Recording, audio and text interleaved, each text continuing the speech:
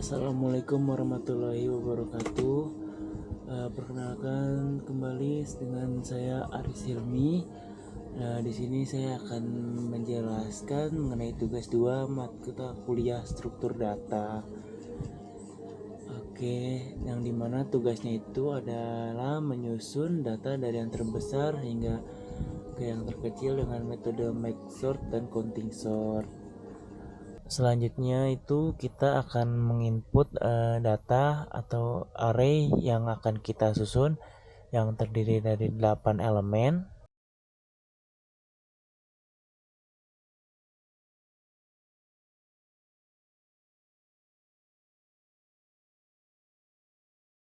Oke, setelah kita memasukkan 8 elemen data kita, selanjutnya kita akan memulai pengkodingan untuk menampilkan hasil sebelum diurutkan.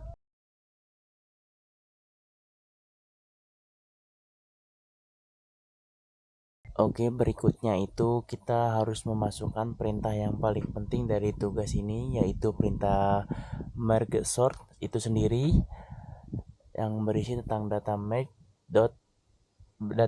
dan data make.length. Sebelumnya kita sudah selesai menginput perintah untuk make sort, maka berikutnya kita harus menginput perintah untuk menampilkan hasil setelah disusun secara descending melalui make sort ini sendiri.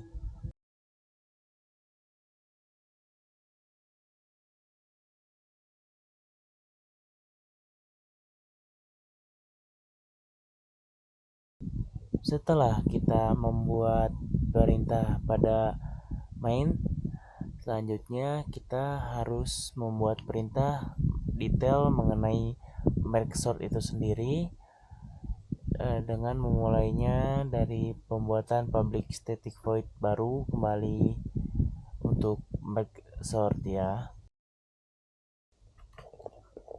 Selanjutnya kita akan menginput perintah if n kurang dari 2.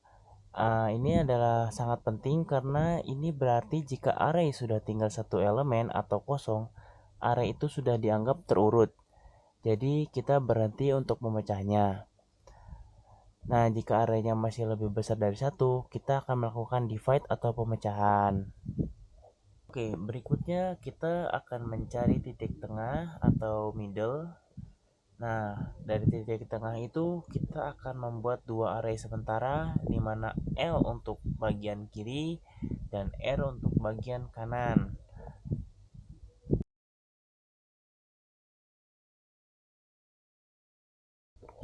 Oke, berikutnya adalah fungsi for, yang dimana ini adalah berfungsi untuk menyalin data dari array utama ke kedua array baru yang sudah kita buat sebelumnya.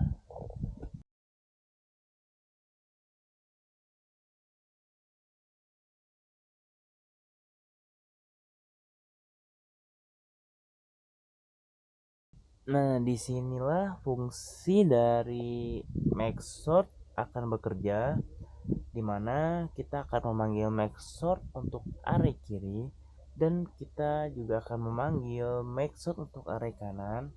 Ini akan terus memecah array sampai semuanya tinggal satu per satu. Terakhir, setelah bagian kiri dan kanan kita urut, maka kita akan memanggil metode merge untuk menggabungkan mereka kembali agar menjadi sesuai dengan urutan yang kita harapkan. Merge sendiri adalah tempat pengurutannya terjadi, di mana fungsi ini akan mengambil array hasil, array kiri, dan array kanan. Maka dari itu, kita akan membuat 3 petunjuk, I untuk melacak array kiri, J untuk array kanan, dan K untuk array hasil.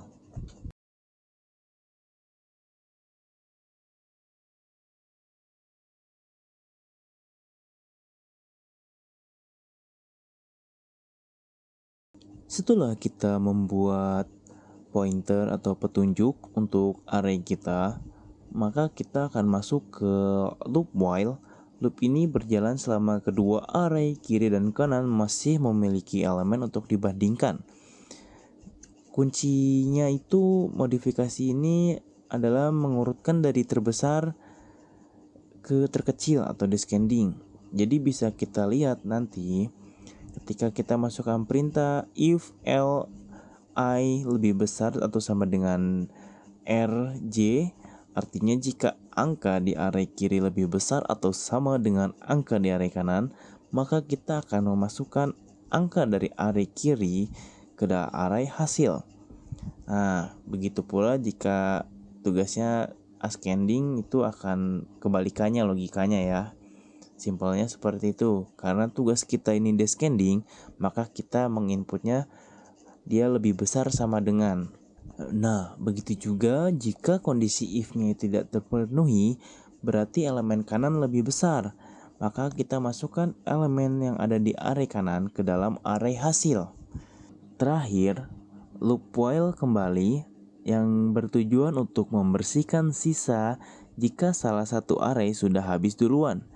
Maka kita tinggal salin sisa elemen dari array yang masih ada dan memastikan tidak ada sisa-sisa elemen yang tertinggal di masing-masing array. Jadi setelah kita melengkapi perintah merge sort ini pada program kali ini, berikutnya kita dapat menjalankan program ini. Setelah kita menjalankan, kita telah mendapatkan hasil di mana di sini bisa terlihat data yang sebelumnya itu terlihat acak menjadi data yang terurut di mana nilai terbesar menuju nilai terkecil atau kita biasa sebut descending.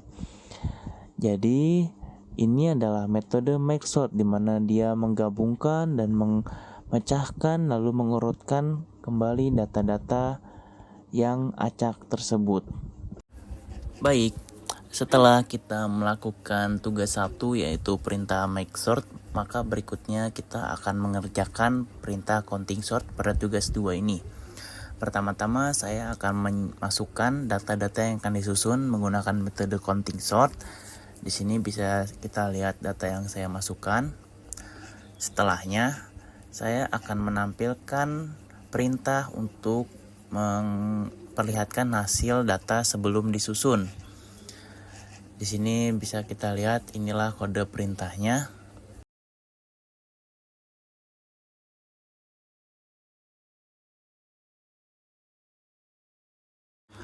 Berikutnya ini adalah perintah paling penting dalam metode counting sort, di mana kita akan menyusun ini secara descending atau dari urutan terbesar menuju yang terkecil. Di sini bisa kita lihat ini adalah kode untuk perintah counting sort secara descending itu sendiri. Berikutnya ini adalah kita akan menjalankan perintah untuk menampilkan hasil setelah kita melakukan penyusunan menggunakan counting sort. Nah, di sini kita akan memasukkan perintahnya untuk menampilkan hasil dari counting sort ya.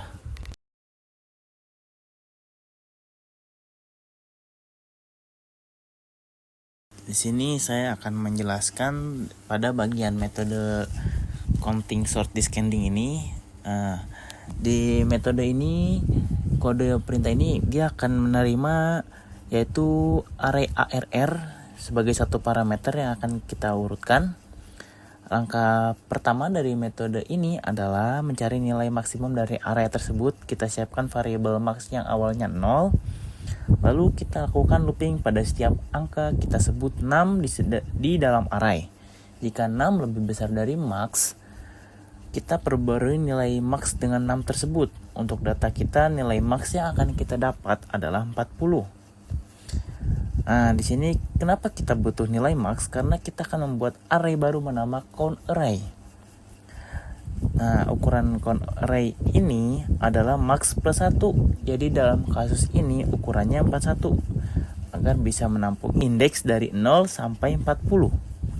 Setelah count array siap, isi semuanya masih 0. Kita lakukan lagi looping pada data kita. Untuk setiap angka data kita tambahkan 1 pada count array di indeks yang sesuai. Baik, selanjutnya adalah ini langkah terakhir dan paling penting, menyusun ulang array aslinya atau ARR berdasarkan count array yang sudah kita isi. Kita siapkan ARR index mulai dari 0. Ini adalah pointer untuk mengisi array ARR dari awal. Perhatikan looping for di sini. Kita melakukan looping mundur dimulai dari i sama dengan max yaitu 40 sampai ke i sama dengan 0. Inilah kunci mengapa hasilnya bisa di-scanning. Di dalam looping ini kita cek apakah count array i lebih besar dari 0 atau ini artinya apakah angka i ini ada di data kita. Jika iya, misalnya saat i sama dengan 40 atau count array 40 nilainya 1. Kita masuk ke looping while. Pertama, kita masukkan nilai i yaitu 40 ke ARR index. Jadi ARR 0 sekarang berisi 40. Kedua, kita geser ARR index menjadi 1. Ketiga, kita kurangi count array i sehingga nilainya jadi 0. Looping while ini penting jika ada angka duplikat. Proses ini berlanjut, looping for akan turun ke i sama dengan 39, 38, hingga seterusnya. Saat i sama dengan 34, nilainya 1, maka ARR index yaitu ARR 1 akan diisi dengan 34. ARR index geser kedua. Ini terus berlanjut sampai i mencapai 0 dan ARR kita akan terisi penuh dengan data yang sudah terurut dari besar ke kecil. Setelah metode counting sort descending selesai, kita kembali ke main method dan program akan mencetak array data counting yang sudah terurut.